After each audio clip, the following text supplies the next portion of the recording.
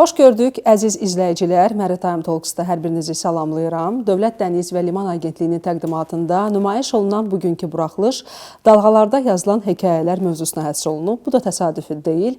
Çünki bugün, yəni 25 iyun tarixi ölkəmizdə Dənizçi Günü peşə bayramı kimi qeyd edilir. Elə müsahibim də ömrünün 20 ilə yaxın müddətini dalğalarla mübarizəyə həsr edən, bir limanı digər limana bağlayan görünməz qəhrəmanlardan biridir. Dənizçidir. Xoş gəlmisiniz, cənab kapitan. Xoş gördük. Anar Əliyev hazırda agentlikdə Dəniz Üzgüçülüyü Əməliyyatları Departamentinin Liman Kapitanları şöbəsinin liman kapitanı vəzifəsini icra edir. İstərdim ki, elə fürsətdən istifadə edərək qonağımın simasında dənizin sonsuzluğunu qəlbində daşıyan, fırtınalara qalib gələn, mavi suların qəhrəmanlarını, dənizçilərimizi təbrik edim.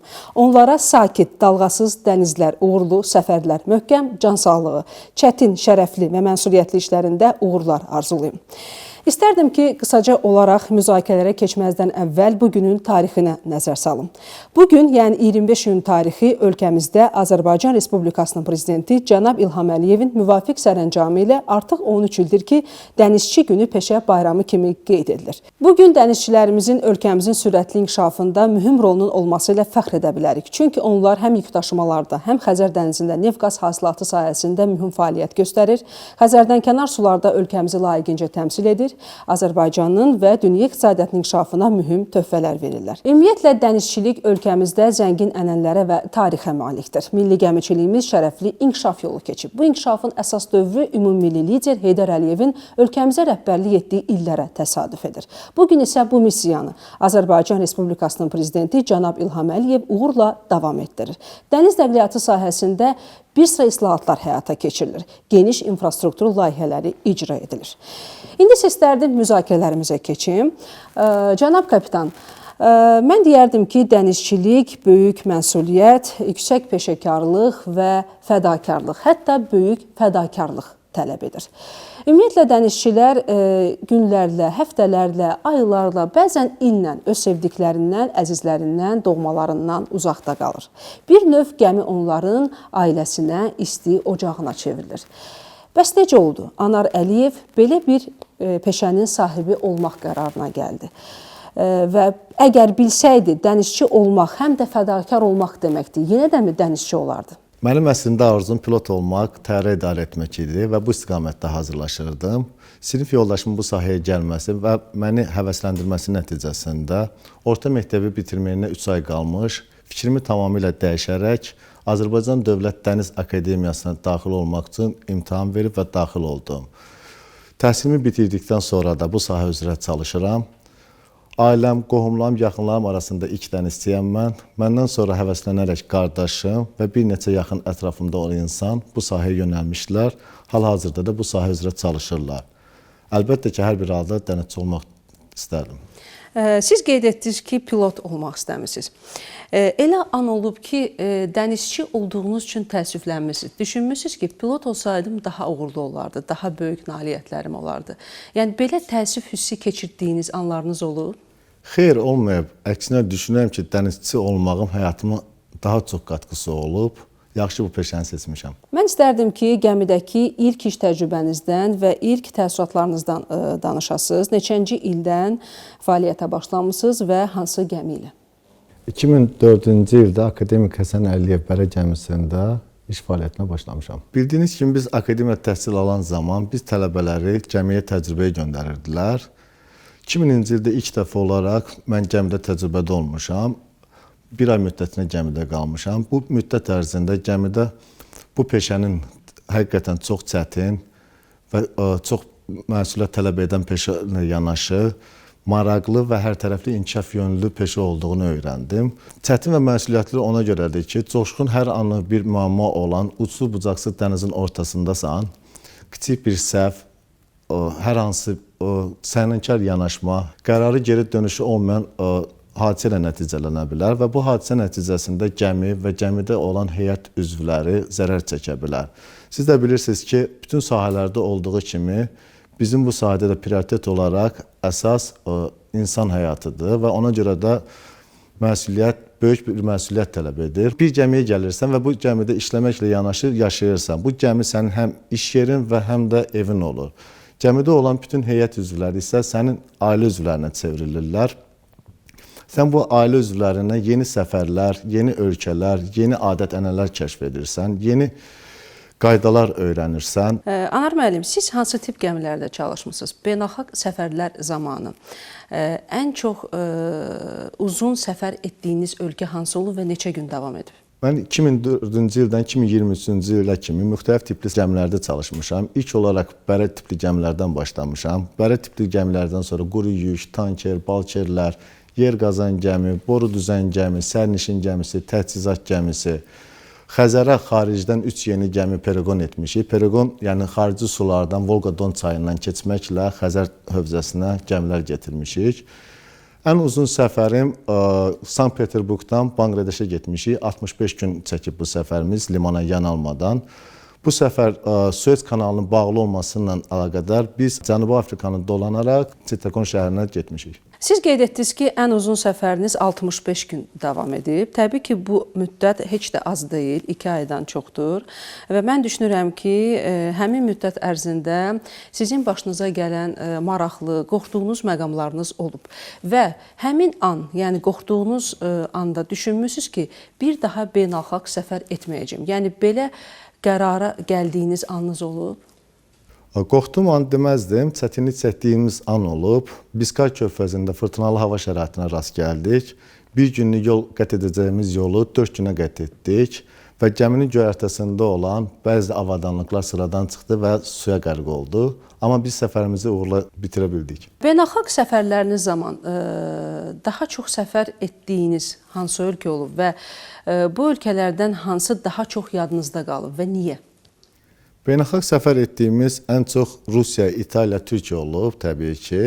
Amma yadda qalan səfərim 2012-ci ilə təsadüf edir. Bu zaman mən Misirdən İndoneziyaya getmişdik. O zaman Adan körfəzini keçdik. Adan körfəzini keçdikdən sonra ekvatoru keçmişəm. Canlı şahidi olaraq canlı balinaları və uçan balıqları görmüşəm. Anar müəllim, elə səfərləriniz olub ki, dəniz quldurlarının hücumlarına məruz qalmısınız. Ümumiyyətlə, dəniz quldurlarının hücumlarına məruz qalmamaq üçün hansı tədbirlər görmək lazımdır? 2012-ci ildə Adan körfəzində yerləşən Somali yarımadasını keçərkən, həmin dövr dəniz quldurlarının gəmilərə daha çox hücum etdiyi dövrə təsadüf etdiyindən, həmin səfər çox yadda qalan, çox qorxulu, həm də çox həyəcanlı səfər kimi yaddaşımda qalmışdır. Həmin səfər zamanı Somalidən keçərkən 30 mil yaxınlığımızda Hindistan bayraqlı Balker gəmisinə pirat hücumu olduğu barədə rabitədə bildirildi. Hücuma məruz qalmamaq üçün önləyici tədbirlər görülmüşdür. Buna ilk olaraq gəmidə işıqların və ayız avadanlıqlarının söndürülməsi, müşahidəçilərin artırılması, radar müşahidəsinin gücləndirilməsi və biz də bu tədbirlərə uyaraq həmin ərazidən təhlükəsiz keçib gedə bilmişdik. Hansı ölkələrin bayrağı altında üzən gəmilərdə çalışmısınız? Təbii ki, ilk olaraq Azərbaycan bayraqlı, Panama, Malta, Kamboca, Yunanistan, Marşal Adaları və s.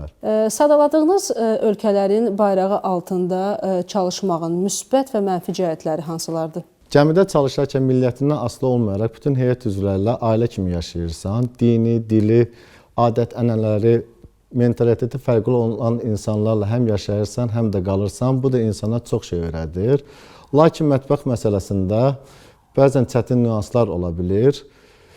Amma hərçənd ki, mənim üçün müxtəlif ölkələrin müxtəlif mətbəğini dadmaq, yoxlamaq xoş olur.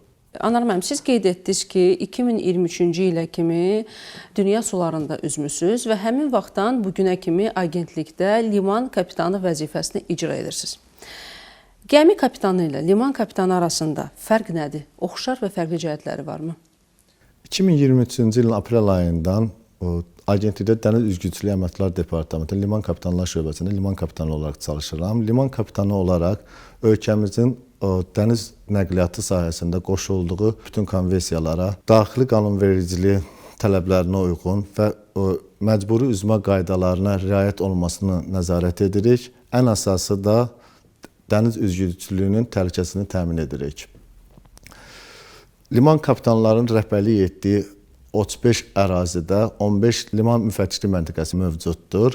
Müfəttişlərimiz 24/7 iş rejimində fəaliyyət göstərir. Müfəttişlərimiz gəmilərin limana girişini, çıxışını rəsmiləşdirir. Limanda aparılan bütün əməliyyatlara nəzarət edir. Gəmi sənədlərini yoxlayır, gəmi jurnallarını yoxlayır və təsdiq edir.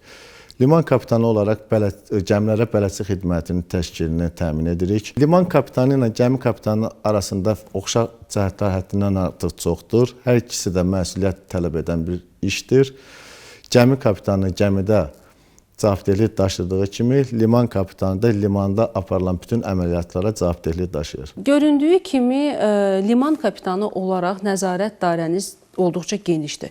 Bu fəaliyyət istiqamətlərinizdə çətinlik yaratmır ki? Liman kapitanı olaraq mənim iş rejimim 8 saatdır. Amma ki, limanlarda gəmilərin giriş-çıxışı 24 saat olur və ona görə bizim müfəttişlərimiz limanda olur. Amma ki, baxmayaraq ki, biz 8 saatlıq iş rejimində işləyirik, evdə olduqda bəzən şirkət nümayəndələri, gəmi agentləri, müfəttişlərlə rabitə əlaqəsində oluruq. Baxmayaraq ki, biz istirahət günlərimiz və yaxud bayram günlərimizə denk gəlirik. Yeri gəlmişkən, hansı hallarda gəminin limandan çıxışına icazə verilmir?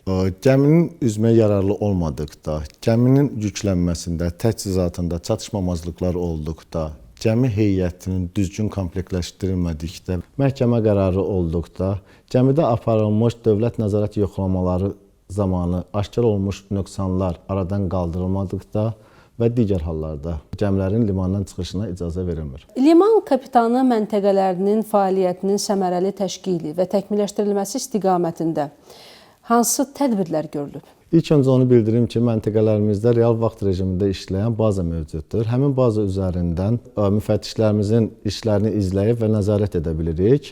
2025-ci ildə 8 limanda küləyin istiqamətini real vaxt rejimində ölçən anemometrlər quraşdırılmışdır. Həmin anemometrlər bizim bazaya inteqrasiya olunmuşdur və baza üzərindən küləyin istiqaməti və sürətini real vaxt rejimində izləyə bilirik. Agentlikdə 2024-cü il yanvar ayından vahid dənizçilik pəncərə sistemi yaradılmışdır. İlk olaraq bura Fövqəladə Hallar Nazirliyi, Dövlət Gömrük Komitəsi, Sərhəd xidməti inteqrasiya olunmuşdur.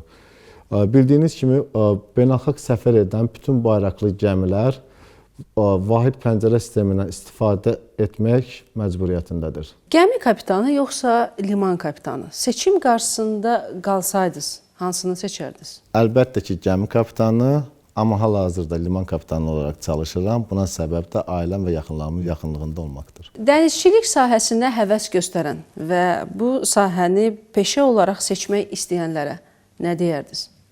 Dənizçilik sadəcə bir iş deyil, bir həyat tərzidir. Bu sahəni seçənlər məsuliyyətli və qürur duymalıdırlar. Əgər bu sahəni sevirsinizsə, məqsədinizdən dönməyin. Son olaraq belə bir sual ünvanlamaq istəyirəm. Sizin dənizdə keçirdiyiniz müddət hansısa hekayənin mövzusudur və siz bu hekayənin baş qəhrəmanısınız, çünki kapitansınız. Əgər sizdən hekayənizi yazmaq tələb olunsaydı, onu necə adlandırardınız? Yenə dəniz, tanış dəniz. Dərin təşəkkürümü bildirirəm, cənab kapitan. Bir daha sizin simanızda bütün dənizçilərimizi təbrik edirəm. Əziz dənizçilər, arzu edirəm ki, səfərləriniz nə qədər uzun, keşməkeşli olsa da qayıdacağınız ünvan məhz sahil olsun. Çünki sizi sahildə gözləyən əzizləriniz, doğmalarınız və sevdikləriniz var. Bayramınız mübarək olsun. Mən isə, əziz izləyicilər, sizinlə sağollaşıram. Növbəti buraxılışda görüşmək ümidi ilə bizi izləməyi unutmayın. Salamat qalın.